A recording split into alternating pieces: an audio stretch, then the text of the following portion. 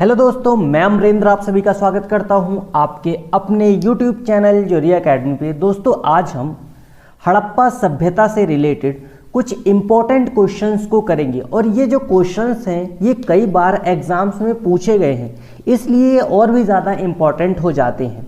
ठीक, तो ज़्यादा समय न लेते हुए अपने फर्स्ट क्वेश्चन की ओर बढ़ते हैं। जैसा कि आप देख रहे होंगे स्क्रीन पर, पहले नंबर क्वेश्चन में दिया गया है कि हड़प्पा सभ्यता की मोहरों पर निम्नलिखित में से किस पशु को अक्सर देखा जाता था। तो यहाँ पे आप ऑप्शन में देखेंगे तो बैल जो है इसका राइट आंसर हो जाएगा। ऑप्शन नंबर ए इसका करेक्ट आंसर होगा। और देखिए आप आगे बढ़ेंगे तो यहाँ पे सेकंड नंबर क्वेश्चन ये होगा कि मोहनजोदड़ो में पाया गया विशाल स्नानागार किस आकार का था। वृत्ताकार था, बेलनाकार था, त्रिभुजाकार था या आयताकार।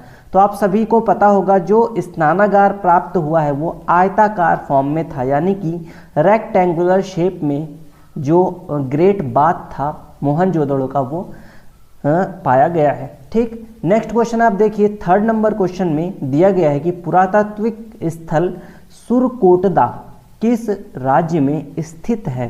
तो जो सुरकोटदा था ये गुजरात राज्य में स्थित था।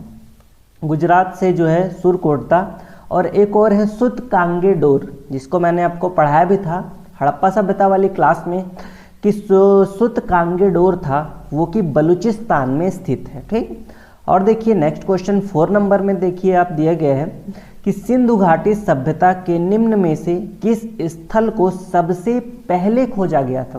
तो सबसे पहले हड़प्पा स्थल को खोजा गया और इसी के कारण इसका नाम हड़प्पा सभ्यता पड़ा, क्योंकि सबसे जो पहला स्थल था वो हड़प्पा था। ठीक, नेक्स्ट देखिए यहाँ पर और देख लीजिए, लोथल गुजरात में स्थित है। ठीक, मोहनजोदड़ो ये आपका पाकिस्तान में है वर्तमान। रंगपुर कहाँ है, तो रंगपुर है पंजाब में। ठीक, नेक्स्ट आगे देखते रहिए आप। 5th नंबर क्वेश्चन में दिया गया है कि निम्न में से कौन सा हड़प्पा स्थल हरियाणा में है। आपको बताना है इनमें से कौन सा स्थल है जो कि हरियाणा राज्य में स्थित है। तो हरियाणा में देखिए मैं आपको बता रहा हूँ कि यहाँ पर कालीबंगा कहाँ है, कालीबंगा राजस्थान में है। लोथल गुजरात में होगा। धौलावीरा जो है ये भी गुजरात में। ठीक, तो बच जाता है राखीगढ़ी और मीताथल जो है, बनावली, मीताथल और राखीगढ़ी, ये सभी स्थल हरियाणा के प्रमुख स्थल हैं। ठीक, तो आगे बढ़ते हैं अपने नेक्स्ट क्वेश्चन में, देखते रहिए आप फटाफट से। 6th नंबर क्वेश्चन में दिया गया है कि मोहनजोदड़ो कहाँ स्थित है। तो मोहनजोदड़ो जो है ये सिंध प्रांत में स्थित है, पाकिस्तान में है वर्तमान में मोहनजोदड़ो पाकिस्तान के सिंध प्रांत में स्थित है। ठीक, तो आगे देखिए यहाँ पर बलूचिस्तान में मैंने आपको बताया कौन सा स्थल है, तो वो हड़प्पा का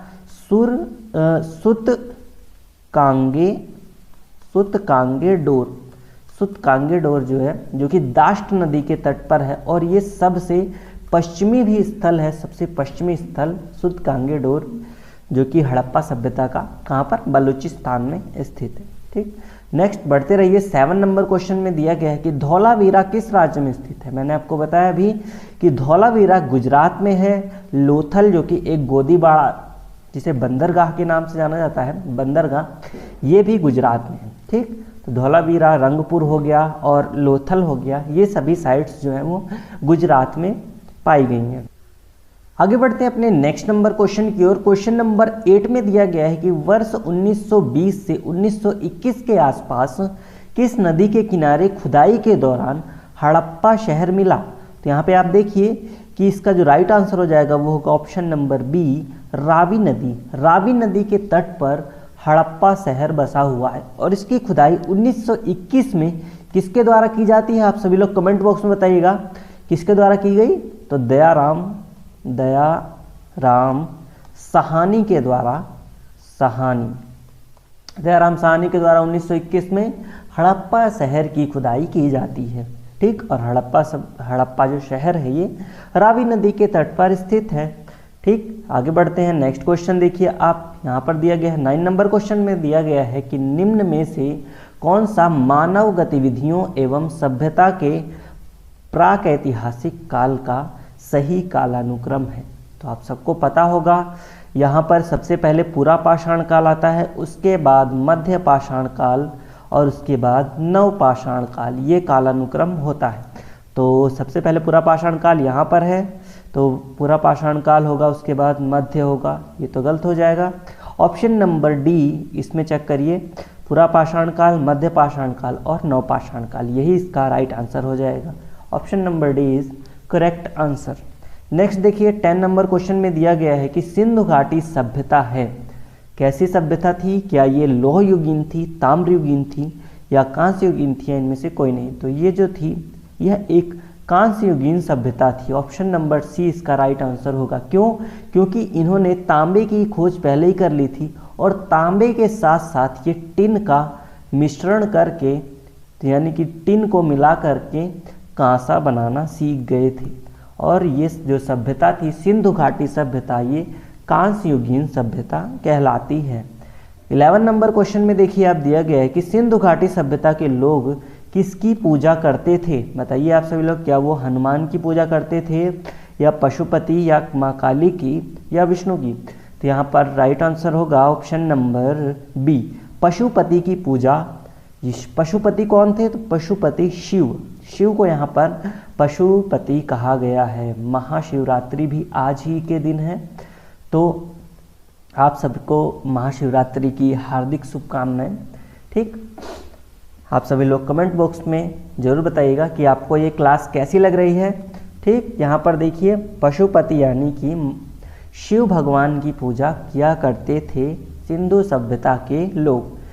उसके बाद 12 नंबर क्वेश्चन में दिया गया है कि भीमबेटका के शैलाश्रय निम्नलिखित में से किसके लिए प्रसिद्ध हैं? जो भीमबेटका की गुफाएं हैं मध्य प्रदेश में, कहाँ पर हैं? एमपी में। ये जो गुफाएं हैं इन पर जो शैलों के अंदर चित्र बने हैं, ये किस काल से रिलेटेड है? क्या ये मौर्य वंश के दौरान बनाए गए थे?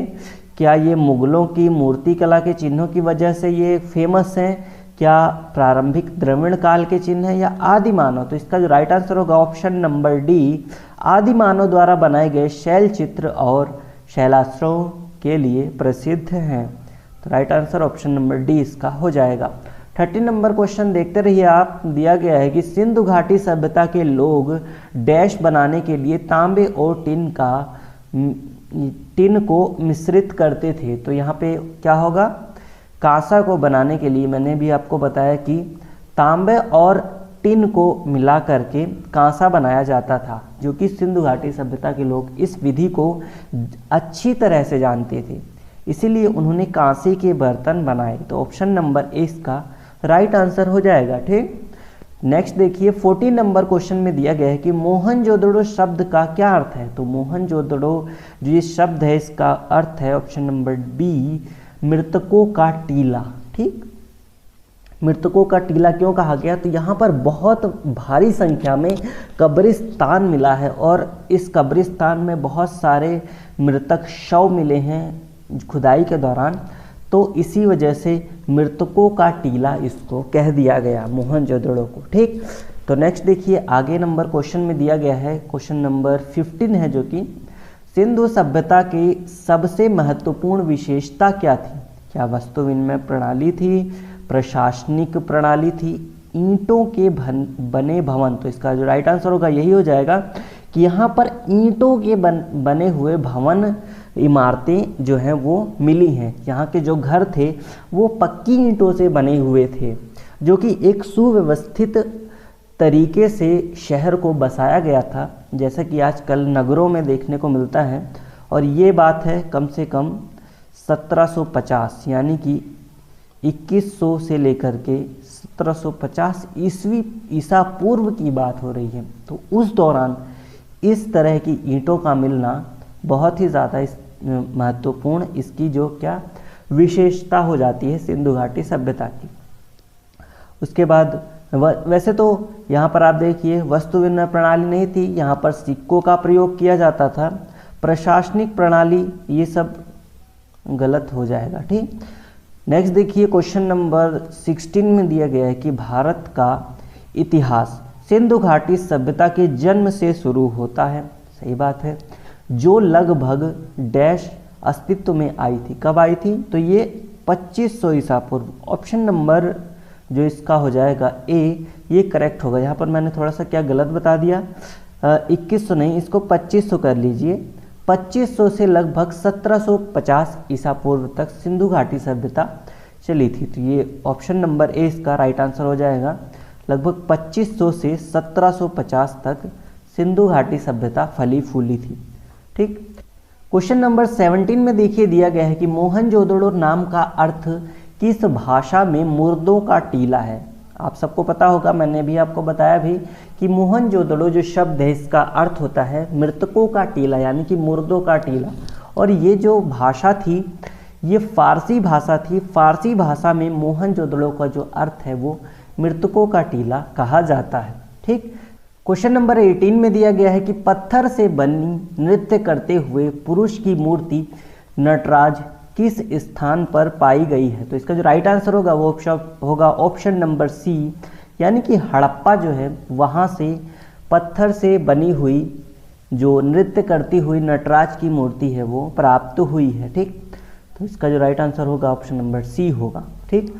क्वेश्चन नंबर 19 में देखिए आप दिया गया है कि प्रसिद्ध सिंधु घाटी स्थल मोहनजोदड़ो की पहली बार खुदाई किस प्रख्यात भारतीय पुरातत्वविद द्वारा की गई थी। तो इसका जो राइट आंसर होगा वो होगा ऑप्शन नंबर सी, राखल दास बनर्जी, यानी कि आर.डी. बनर्जी के द्वारा की गई थी। कब की गई थी मोहनजोदड़ो की खुदाई?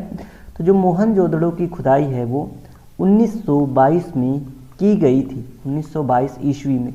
जबकि 1921 में किसकी की गई थी? हड़प्पा सभ्यता की, हड़प्पा स्थल की खुदाई की गई थी। किसके द्वारा? दयाराम साहनी के द्वारा 1921 में हड़प्पा स्थल की खुदाई की गई थी। ठीक। तो आशा करता हूँ इतना आप अच्छे से समझ रहे होंगे। नेक्स्ट देखिए क्वेश्चन नंबर 20 में दिया गया है कि हड़प्पा के लोग निम्नलिखित भगवान में से किसकी पूजा नहीं करते थे। शिव की बिल्कुल करते थे, विष्णु की नहीं करते थे। तो इसका जो राइट आंसर होगा ऑप्शन नंबर बी ही हो जाएगा। विष्णु की पूजा नहीं करते थे। बाकी कबूतर, स्वास्तिक के भी प्रमाण मिले हैं। स्वास्तिक के प्रमाण कहाँ से मिले हैं? तो ये हड़प्पा स्थल से स्वास्तिक के प्रमाण मिले हैं। कबूतर की भी पूजा की जाती थी। नेक्स्ट देखिए 21 नंबर क्वेश्चन में दिया गया है कि निम्न में से कौन सा सिंधु घाटी सभ्यता का महत्वपूर्ण स्थल नहीं है। कालीबंगा राजस्थान में है, हड़प्पा ये भी पाकिस्तान में है, मोहनजोदड़ो भी है, जबकि आजमगढ़ ये नहीं है। तो इसका जो राइट आंसर होगा ऑप्शन नंबर डी हो जाएगा। ठीक। आगे बढ़ते रहिए और देखते रहिए। यहाँ पर आप अच्छे से क्वेश्चनों को, बहुत ही ज़्यादा इंपॉर्टेंट क्वेश्चंस को मैं लेकर के आया हूँ जो कि एग्जाम्स में पूछे गए हैं। ये जो क्वेश्चन है ये 2019 में एसएससी जीडी के एग्ज़ाम में ये क्वेश्चन पूछा गया था। तो इसी प्रकार से जितने भी क्वेश्चंस हैं, जो भी क्वेश्चंस मैं यहाँ पे करवा रहा हूँ, ये सभी किसी ना किसी एग्ज़ाम्स में पूछे गए हैं। चाहे वो एसएससी के एग्ज़ाम हो, चाहे वो रेलवे का एग्ज़ाम हो, सभी एग्ज़ाम्स में पूछा गया है। तो देखिए आप 22 नंबर क्वेश्चन, हड़प्पा सभ्यता 2500 BC यानी कि ईसा पूर्व की बात हो रही है यहाँ पर, के आसपास विकास किया था। आज इन्हें हम क्या कहते हैं। आपको बताना है कि जो हड़प्पा सभ्यता थी ये किस क्षेत्र में फैली हुई थी, उस क्षेत्र के बारे में पूछा जा रहा है इस क्वेश्चन में। तो क्या वो पाकिस्तान और अफगानिस्तान में थी, या पश्चिमी भारत या फिर पाकिस्तान में थी, या अफगानिस्तान और पश्चिमी भारत में थी, या फिर भारत और चीन में थी। तो ये तो बिल्कुल ही गलत हो जाएगा। हालांकि पश्चिमी भारत और पाकिस्तान इसका थोड़ा थोड़ा ठीक आंसर है, जबकि पूरा ठीक ऑप्शन ये भी नहीं होगा। पश्चिमी भारत, पाकिस्तान और अफगानिस्तान में भी इसके प्रमाण हमको मिले हैं। अफगानिस्तान में कौन से स्थल था? तो ये था शोरतगोई नाम का जो स्थल है वो अफगानिस्तान से प्राप्त हुआ है। ठीक। तो मैं आशा करता हूँ इतना आप अच्छे से समझे होंगे। नेक्स्ट देखिए 23 नंबर क्वेश्चन में दिया गया है कि माइक्रोलिथ डैश का इस्तेमाल शुरुआती इंसानों द्वारा किया जाता था। तो माइक्रोलिथ जो थे ये छोटे औजार थे, छोटे छोटे पत्थरों के औजार बनाए जाते थे, उसे ही माइक्रोलिथ के नाम से जाना जाता है। ये कब था? तो ये मध्य पाषाण काल में। कब? मध्य पाषाण काल में ऐसा देखने को मिलता है कि छोटे छोटे औजारों को बनाया जाता था। उसके बाद यहाँ पर दिया गया है कि 24 नंबर क्वेश्चन में दिए गए भीमबेटका की गुफाओं की खोज कब की गई थी? तो ये कब की गई थी? तो 1957, 1857 से 100 साल आगे 1957 से 1958 के बीच में भीमबेटका की जो गुफाएं हैं इनकी खोज हुई थी। नेक्स्ट देखिए 25 नंबर क्वेश्चन में दिया गया है कि सिंधु सभ्यता के इनमें से किस स्थल में जलाशय के साक्ष्य मिले हैं? सबको ये पता होगा कि जो जलाशय के साक्ष्य हैं वो एक तो मोहनजोदड़ो से मिला है और साथ ही साथ धौलावीरा से भी जलाशय के साक्ष्य मिले हैं। धौलावीरा कहाँ है? तो ये गुजरात में है। राजस्थान में कालीबंगा, बनावली, बताइए आप सभी लोग बनावली कहाँ है? तो ये हरियाणा में है। और लोथल ये भी गुजरात में है। ठीक, तो नेक्स्ट देखिए 26 नंबर क्वेश्चन में दिया गया है निम्नलिखित में से कौन सा हड़प्पा स्थल शिल्प कला के उत्पाद से संबंधित नहीं है? तो बालाकोट भी है, मांडा भी है, चहोंदड़ो बिल्कुल सही है। यहाँ पर भी लिपस्टिक और आदि सब काजल वाजल इन सब के प्रमाण मिले हैं। तो शिल्प कला के लिए ये तीनों ही बहुत ही ज़्यादा फेमस स्थल हैं, जबकि नागेश्वर जो है ये शिल्प कला के लिए फेमस नहीं था। 27 नंबर क्वेश्चन में देखिए दिया गया है कि निम्न में से कौन सा सिंधु सभ्यता का हिस्सा नहीं है? तो मोहनजोदड़ो है, हड़प्पा भी है, लोथल भी है।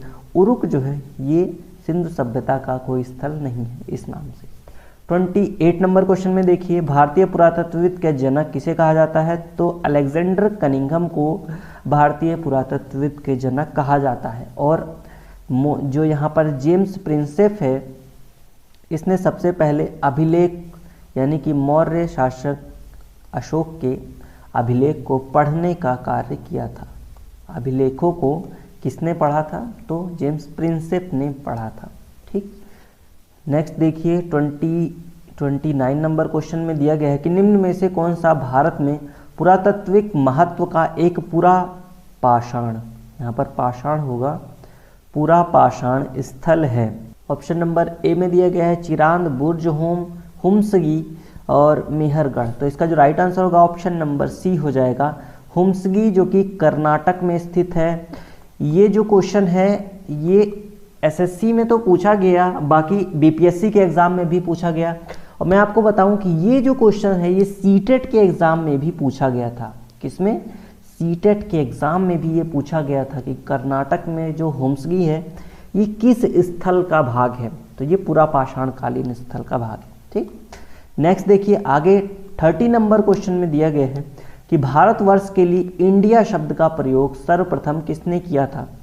तो इसका जो राइट आंसर होगा वो होगा हेरोडोटस। ऑप्शन नंबर 20 का राइट आंसर हो जाएगा। नेक्स्ट देखिए जो मेगस्थनीज, इसके बारे में देखते हैं।